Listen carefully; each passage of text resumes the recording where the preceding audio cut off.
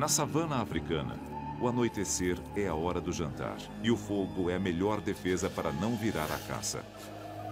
Mas girar um galho até produzir carvão ardente não é uma estratégia garantida. Minhas mãos estão boas. Posso continuar, e você? É, eu tô bem. Tá.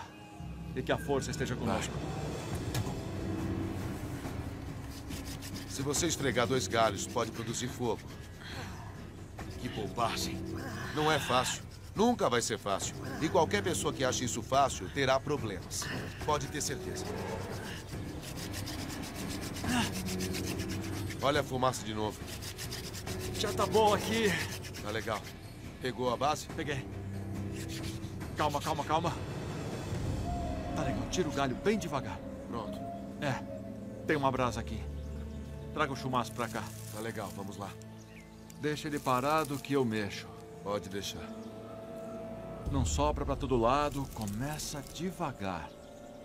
Se concentra nisso. Vem pra cá devagar. Legal.